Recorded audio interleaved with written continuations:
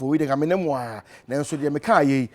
Enoma and Trade into the Mibufuya with their Adjubro, and from Brejo, and no, and Oko a Mashimijoma, Unyam for Oseche Mensabunsu, after so honorable Harina Idusu Penifui. Each them say, Nya dear, and was a speaker of parliament, Eba Bonte, Pacho, and our Pacho,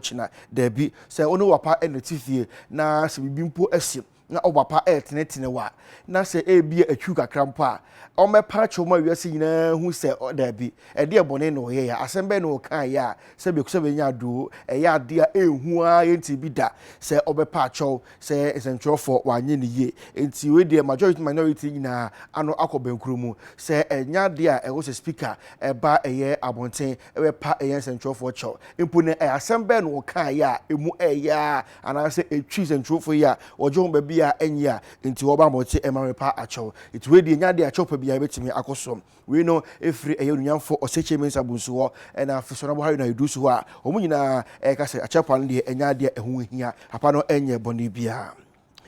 Yako ensefo fro ensusu emu ana edeni eche electoral commission omonso akache na ekano echem se website a wodi sika ekuhye a woyeye no ene se opese okọ EC website a obekọ na se ne bibia de ho no ma ekoso $108,510 na wo che se edihye mu a yedi esa website kokọ wi ase no ene se obese wa access EC form website a enkano eche se unya na bibia sa website eni ehun se mebre no na ejina so bi kura ene ma ma Charlotte say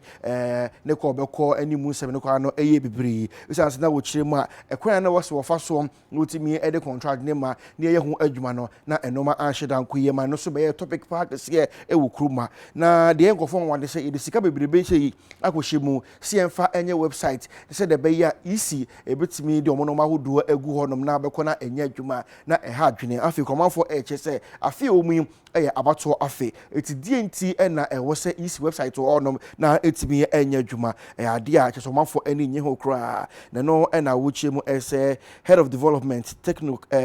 tech and also innovation ewo MG digital openi Kwame Owusu ansa e atu edwa a wo che se website no di nti a ye ene ho adwuma nyina na afi do mo yiri nyina ama no asi etinya de betima to aso asa etimi aye adwuma bia abiu nti na se eni ho no ma na sa na opanyin so e de sa ensem ne atu dwa etu be so ko EC wo mo website e go he bibidi a ene de enya adwuma a we so eyenkra efiri wo mo honom so e de eba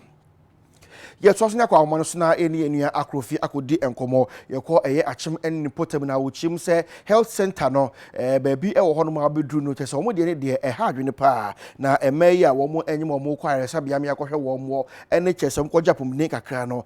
koko nuase na wo mo etie ukowe nya ti koko nuase tese de ekoso e wachim potem baabi no enya de efe kra na obofo edi akire ohene ba me ma akwa ba ho ya buru mini Kwabena yo be me na utu fa no fa na kosi ye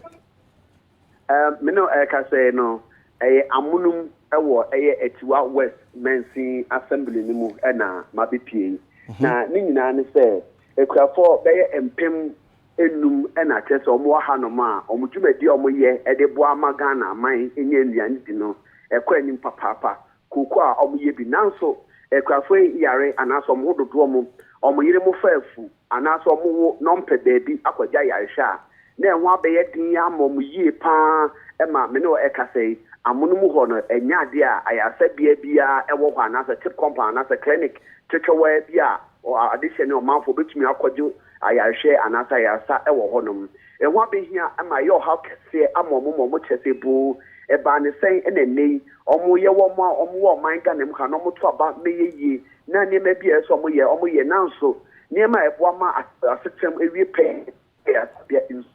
ene niema kika kwan ebo musa no kwenya ne me yade a ense fatakra enu nto be ka hwatem na obepie amunum ha beebi a eye abatan o ma wo momba enum nofo a ye from wenyi on be ko wenyi no ana se obatan afa ye funu na opese nurse ni bi ehwe na adi kokoo di ase ena chese omukọ eho ye beebi a nurse for ne bi table abisi omundru esisi table no so na afi daade omudi we nkwala no esen kokoo dua mu na chese oba ye de oba asen kokoo dua no so na se nyame afafie na owo bi ti ebegu eye adehye ne omanfo no so a no omo de fa hefa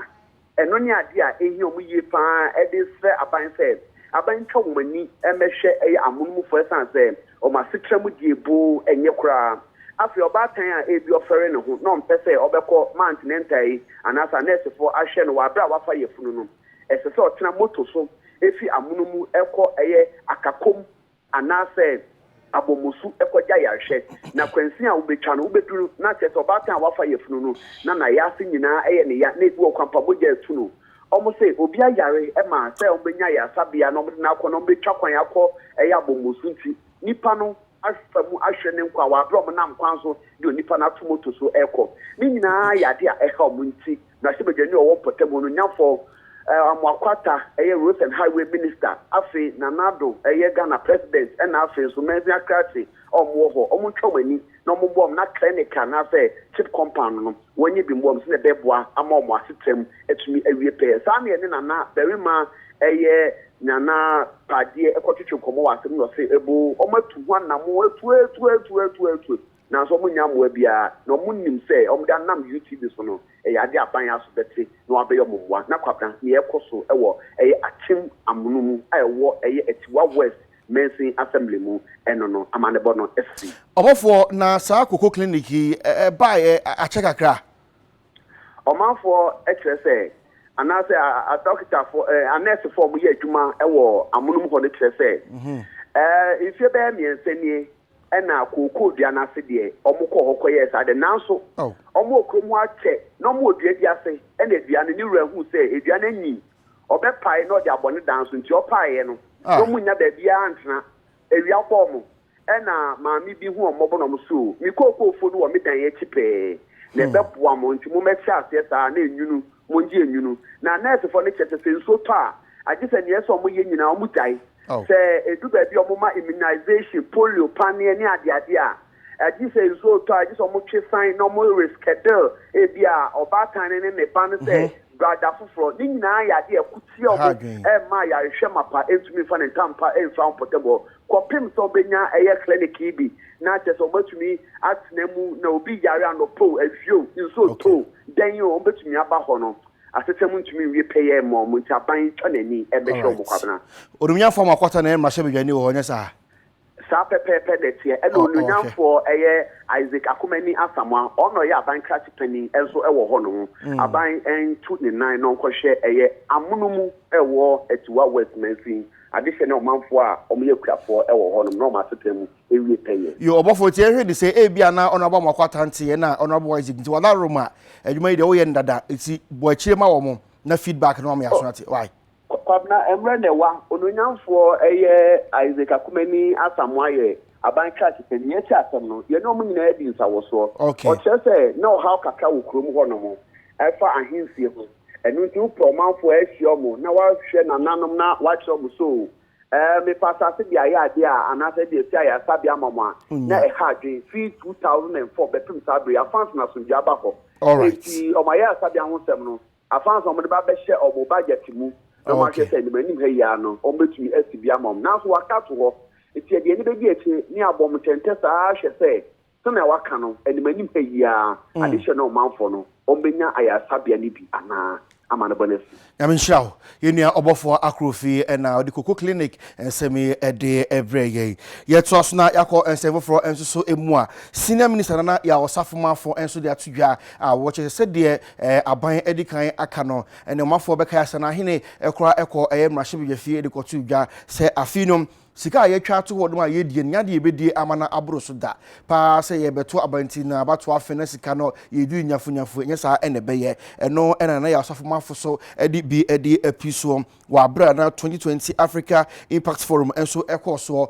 a wakasa ye ewase a wo chiri mu ese nhye pa aban edi egu fom nti ni enya de a afipa se ye beto abano ye betimi aye overspending se de kwasi boni ebeka no no nhye nyina kambakama entomafo nyina enhwe animu se de aban edi nhye na atorom no sa pepe ene no so ebekom na etimi aboa ehwe abusua na yesa haya ne leader nyina edi esie enne ewie edi amamo kwabna enhwe Boasiako na mutim kai na munyina ase